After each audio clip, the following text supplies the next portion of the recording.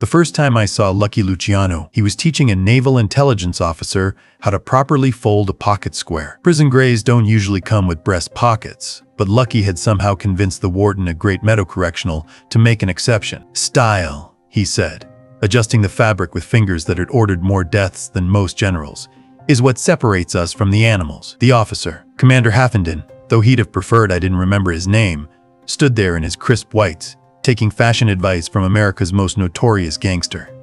It was May 1942, and the world had gone mad enough that this scene almost made sense. I'd been tracking something else entirely when I stumbled into this particular marriage of convenience. A German spy ring operating out of a bakery in Brooklyn. Turned out their strudel was excellent, but their tradecraft was terrible. Following their contacts led me to the Brooklyn Navy Yard, where I expected to find saboteurs. Instead, I found the United States Navy climbing into bed with La Cosa Nostra. The whole thing started with a fire. February 9, 1942, the SS Normandy, a French luxury liner being converted into a troop ship, went up in flames at Pier 88. The official story was a welder's torch igniting some life preservers, but I was there, watching from a warehouse roof, and I saw the panic in the Navy's eyes. They didn't know if it was sabotage or stupidity, and that terrified them more than either option alone. The Normandy burned for days, eventually capsizing in a spectacle of incompetence that had New Yorkers gathering to watch like it was free theater, which, in a way, it was. The Navy had insisted on using their own security, instead of the longshoremen who knew every rivet in that ship. They'd pushed out the Italian dockworkers, suspicious of their loyalties. And now, their prize conversion was lying on its side like a beached whale, smoke still rising from its hull. That's when someone in naval intelligence had an idea that was either brilliant or insane, possibly both. Who controlled the waterfront? Who knew every ship, every worker, every hidden corner where a saboteur might plant a bomb? The mob. And who controlled the mob? Charlie Lucky Luciano, currently serving 30 to 50 years in Dannemora, the Siberia of New York. The approach was delicate. You couldn't just walk up to the most powerful crime boss in America and ask for help winning a war. Well, you could, but it required intermediaries. That's where Meyer Lansky came in. Lucky's old partner, the mob's money man, a Jewish gangster who had his own reasons for hating Nazis. I watched Lansky meet with Commander Haffenden at a midtown hotel. Lansky was smaller than you'd expect for someone who terrified hardened killers, neat as a banker, with eyes that calculated odds the way other people breathed. He listened to the Navy's pitch with a slight smile, occasionally sipping coffee that he'd tested with a silver spoon. Old habits from the bootlegging days when rivals liked to poison each other. "You want our help securing the waterfront," Lansky summarized after Haffenden finished his carefully rehearsed speech about patriotic duty. "The Navy would appreciate any assistance in preventing sabotage," Haffenden replied, each word precisely chosen to avoid saying what they both knew he was saying. Lansky's smile widened. "And what does Lucky get out of this arrangement?" "Mr. Luciano is a patriotic American who surely wants to help his country in its hour of need." That actually got a laugh out of Lansky. "Charlie's a lot of things, Commander, but patriotic isn't usually the first word that comes to mind. Let me talk to him. See what can be arranged." The meeting at Great Meadow happened 2 weeks later. They'd moved Lucky down from Dannemora, ostensibly for medical treatment. The man who'd reorganized American crime along corporate lines, who created the commission to settle disputes without the old-style wars, was now being asked to reorganize waterfront security for the U.S. Navy. I sat in the corner, another anonymous intelligence officer taking notes, watching one of history's stranger negotiations unfold. Lucky hadn't lost his edge in prison. If anything, incarceration had refined him, burned away the excess until only the essential Luciano remained. Charming, calculating, and absolutely in control despite the chains. "You got some balls coming to me," Lucky told Haffenden, his voice still carrying traces of the Lower East Side, despite years of practicing a smoother accent. "After what the feds did to me." "The Navy isn't the FBI," Haffenden pointed out. "Government's government," Lucky shrugged. "But okay, I'm listening. What do you need?" What they needed was comprehensive intelligence on waterfront activities, prevention of strikes that might slow military shipments, identification of possible saboteurs among the Italian-American community, and protection of ships and supplies from accidents. Lucky listened, occasionally asking questions that showed he understood the logistics better than most admirals. When Haffenden finished, Lucky leaned back, studying the ceiling as if the answer was written there. "I can do this," he said finally. "But I don't work for free. We can't pay. I don't want money." Lucky's eyes found Haffenden's. "I want considerations, better conditions, maybe some good words in my next parole hearing. And I want to be transferred to Sing Sing. It's closer to the city, easier for my people to visit." Haffenden said he'd see what he could do. We all knew he'd already cleared it with his superiors. This whole dance was just making sure everyone maintained plausible deniability. The transfer to Sing Sing happened within a month. Suddenly, Lucky Luciano had a corner cell with a view of the Hudson, unlimited visitors, and guards who looked the other way when his lawyers brought in Italian food and wine. The prison's visiting room became an unofficial headquarters for Operation Underworld, the code name some wit in naval intelligence had assigned to this unholy alliance. I spent weeks in that visiting room, watching the American war effort get a mob makeover. Joe Socks, Lanza, who controlled the Fulton fish market, would report on suspicious activities around the docks. Frank Costello, who ran much of Lucky's empire in his absence, coordinated with longshoremen unions to ensure no strikes disrupted military shipments. Albert Anastasia, who ran Murder Inc., put out word that anyone caught sabotaging the war effort would answer to him, a threat that carried more weight than any federal prosecution. The system worked beautifully. Within weeks, the waterfront was locked down tighter than it had ever been under official security. Every stranger was noted, every unusual activity reported. The longshoremen, who'd been sullen and uncooperative with Navy security, suddenly became enthusiastic patriots. Amazing what the right word from the right people could accomplish. But the mob's assistance went beyond simple security. When naval intelligence needed information about Sicily in preparation for the invasion, Lucky's network provided detailed maps, contacts with local Mafia chiefs, and intelligence about German positions. Sicilian Americans who'd been reluctant to help the government suddenly became fonts of information after getting visits from polite men who mentioned that Charlie Lucky would appreciate their cooperation. I remember one particular meeting where they were discussing the Sicilian invasion. A naval intelligence officer had brought maps, asking about ports and roads. Lucky studied them with the intensity of a general planning a campaign. "Here," he pointed to a spot on the coast. "My cousin runs the fishing fleet. Good man, hates Mussolini. The fascists killed his son." He moved his finger inland. "This town, the mayor owes me favors from the old days. And here, this is Don Caligaro's territory. We had some disagreements, but he hates Germans more than he hates me."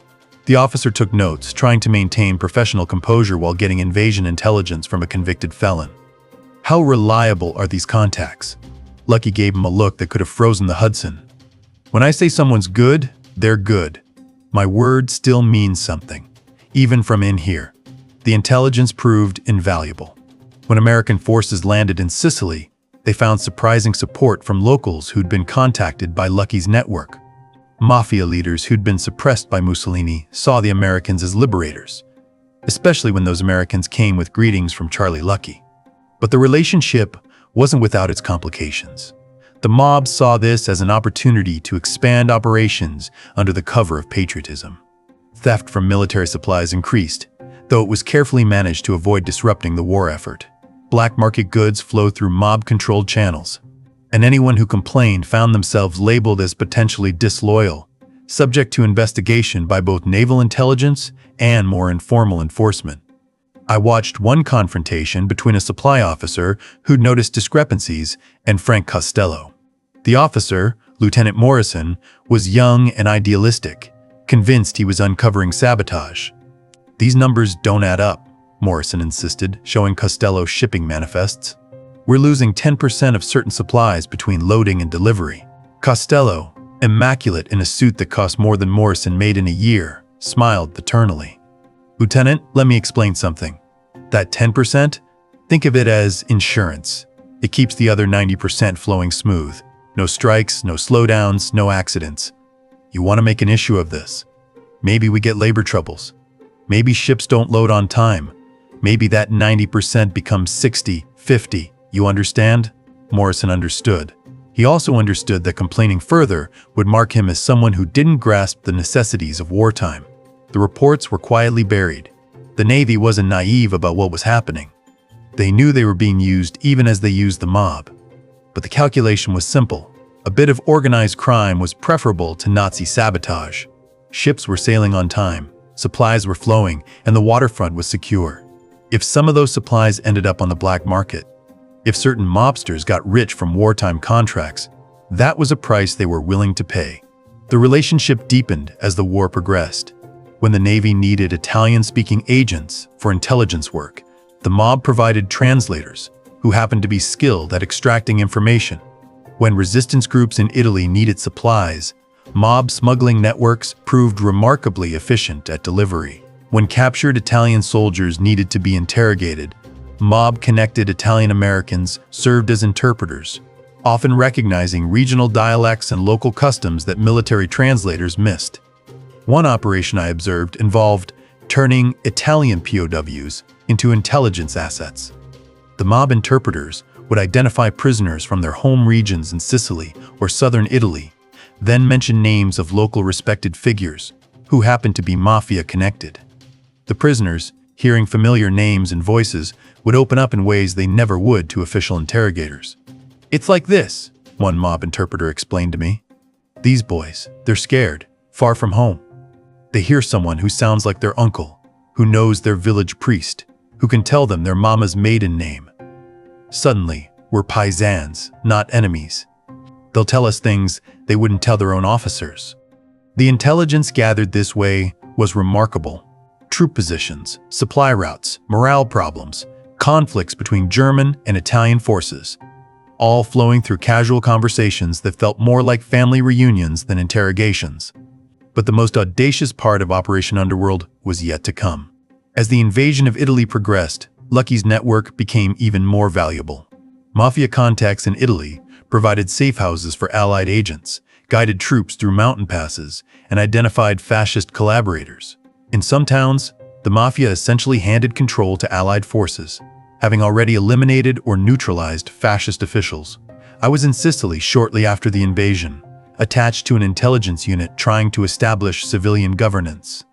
In town after town, we found the same pattern: local Mafia chiefs presenting themselves as the only viable leadership, backed by Lucky's endorsement from across the ocean. They preserved order, they claimed, prevented looting, protected the people from both Germans and fascists. All true, to a point. They'd also eliminated rivals, seized properties, and re-established criminal networks that Mussolini had suppressed. One Don, Calogero Vizzini, became particularly important. A man who looked like a kindly grandfather, but ruled his territory with iron control. He'd received word from Lucky to cooperate fully with the Americans.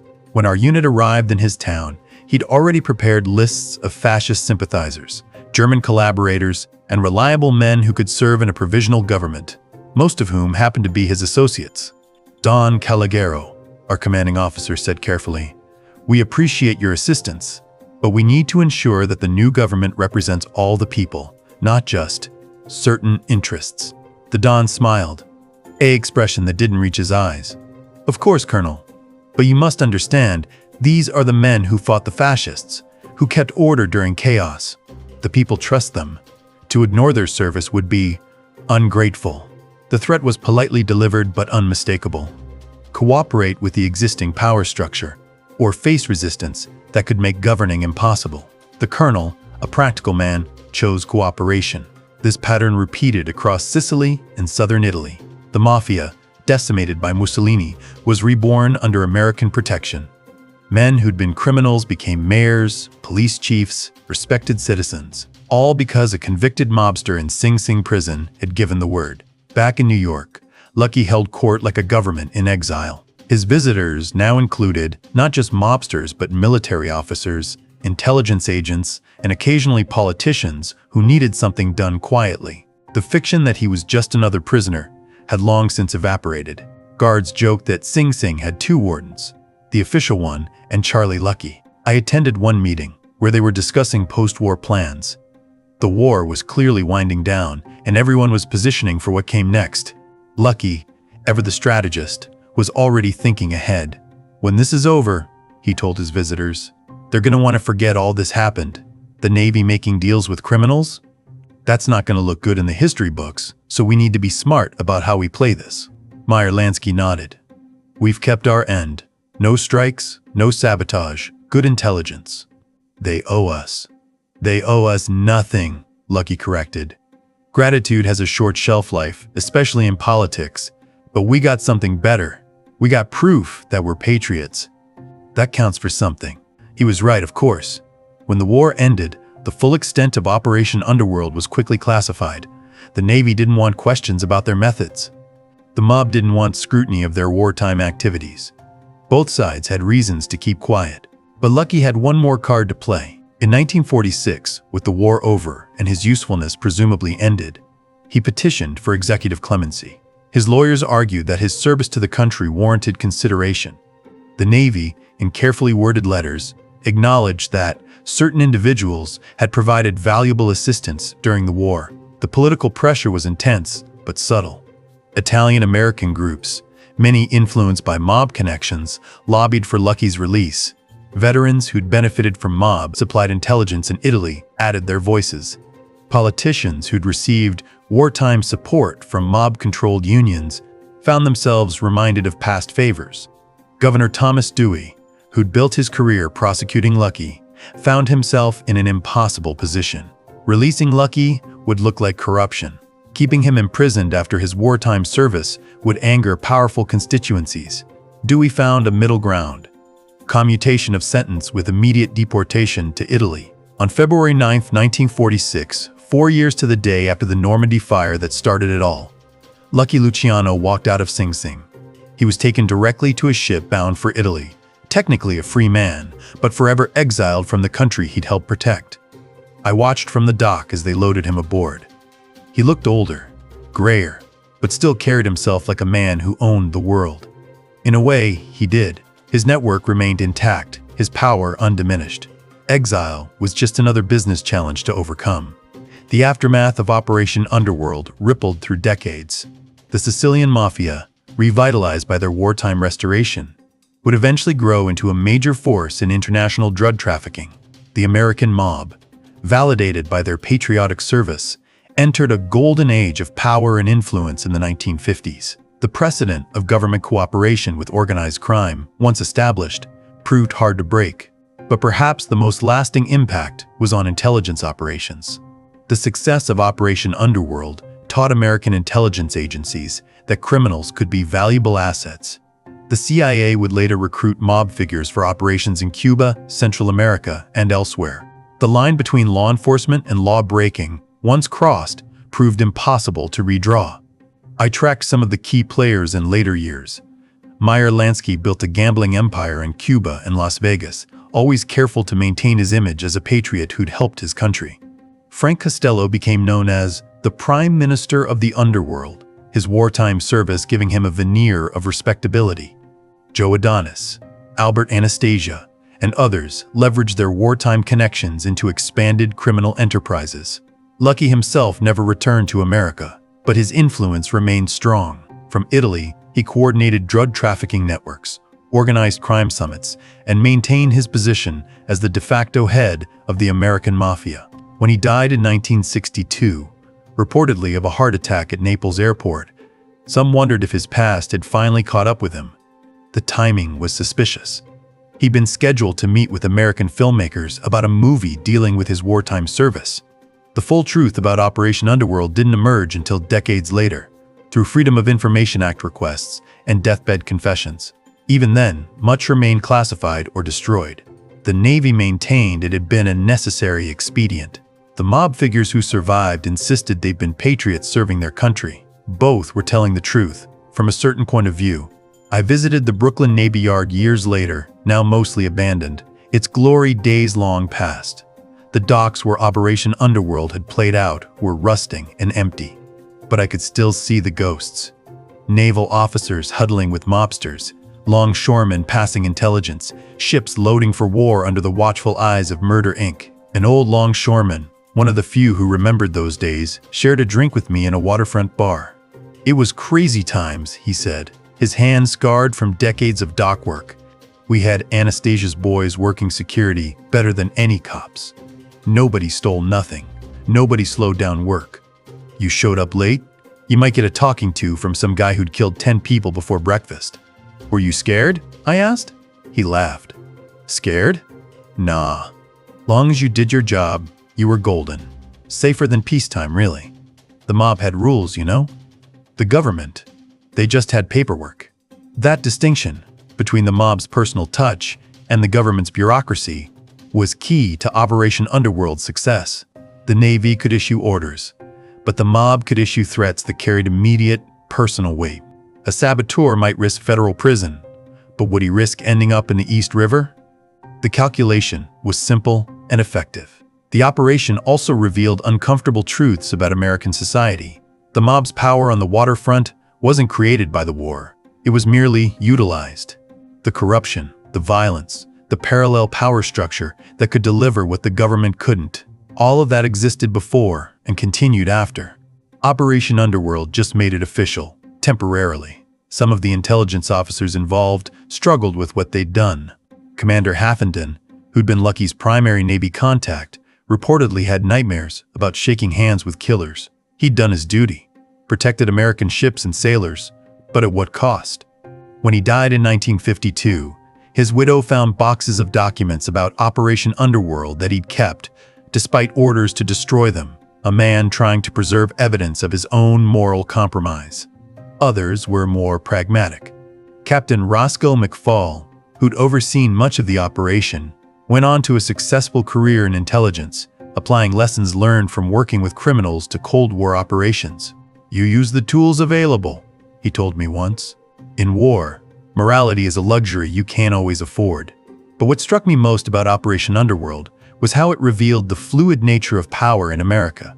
The government that had prosecuted Lucky Luciano, that had built its reputation on fighting organized crime, had turned to that same crime syndicate when threatened. The mob that had corrupted American cities had protected them from foreign enemies. Patriots and criminals, law and disorder had merged in a way that made simple categories meaningless. The Normandy fire that started it all remains controversial. Was it really sabotage?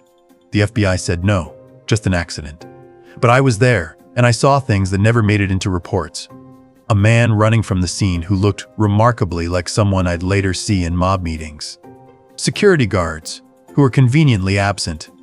Evidence that disappeared before investigations could begin. Some have suggested the mob started the fire themselves, creating the crisis that would force the Navy to seek their help. It would have been a classic Lucky Luciano move. Create a problem, then profit from solving it. But if that was true, it was never proven. Like so much about Operation Underworld, the truth remained hidden in shadows and suppositions. The legacy lived on in unexpected ways. In the 1960s, when the CIA wanted to assassinate Fidel Castro, who did they turn to? The mob. The same networks, the same reasoning. Criminals could do what the government couldn't officially sanction. The same moral compromises, the same practical results. During Vietnam, intelligence agencies again recruited organized crime figures for operations in Southeast Asia. Drug trafficking routes became intelligence networks. Criminal contacts became intelligence assets. The lessons of Operation Underworld had been well learned. Too well, perhaps. Even today, in the age of terrorism and cyber warfare, the patterns persist. Governments make deals with hackers, smugglers, anyone who can provide what official channels cannot. The names change, the crimes evolve, but the fundamental transaction remains the same. Security in exchange for looking the other way. I think about Lucky Luciano sometimes, holding court in Sing Sing, teaching naval officers about more than pocket squares. He understood something fundamental about power. It flows through channels both official and underground, and smart operators work both sides. His criminal empire and his wartime service were just different aspects of the same skill set: organizing people, managing logistics, enforcing discipline, gathering intelligence. The mob bosses who followed him learned this lesson well. They wrapped themselves in flags, contributed to political campaigns, spoke of their wartime service. When Joe Colombo founded the Italian-American Civil Rights League in 1970, he explicitly invoked the patriotic service of Italian Americans during the war, conveniently glossing over the criminal aspects of that service. But the most profound impact might have been on American culture itself. Operation Underworld helped create the romanticized image of the mobster patriot, the criminal with a code, the bad man who does good things.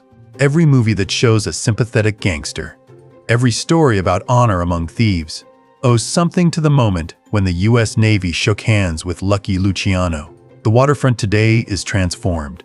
Container ships and automated systems have replaced the longshoremen and their mob overseers. The old power structures have evolved or disappeared. But in certain union halls, in certain businesses, you can still feel the echoes of Operation Underworld, the understanding that sometimes the unofficial power is more real than the official one. I met one of Lucky's great nephews a few years ago, a legitimate businessman who'd never been involved in crime. But he knew the family history, knew about his great-uncle's war service. He was complicated, the young man said. A criminal, yeah, but also a patriot in his way. When the country needed him, he delivered. That complexity, criminal and patriot, destroyer and protector, captures something essential about Operation Underworld. It wasn't a simple story of good versus evil, but a pragmatic alliance between different kinds of power. The Navy got security for their ships. The mob got legitimacy and leverage. America got a protected waterfront and successful invasions. Everyone compromised, everyone benefited, everyone paid a price. The final irony came in 1962 when Lucky died in Naples. The U.S. government, which had exiled him, sent representatives to his funeral. Italian officials, American intelligence officers, and international criminals all paid their respects to the man who'd shown that the lines between them were thinner than anyone wanted to admit. His tombstone reads, Charles Luciano, 1897-1962. No mention of his crimes or his service, just a name and dates. But those who knew the history understood. Here lay a man who'd helped win a war from a prison cell, who'd turned organized crime into a tool of national defense, who'd proven that sometimes the best way to protect democracy is to make deals with its enemies. Operation Underworld officially ended with the war, but its spirit lived on.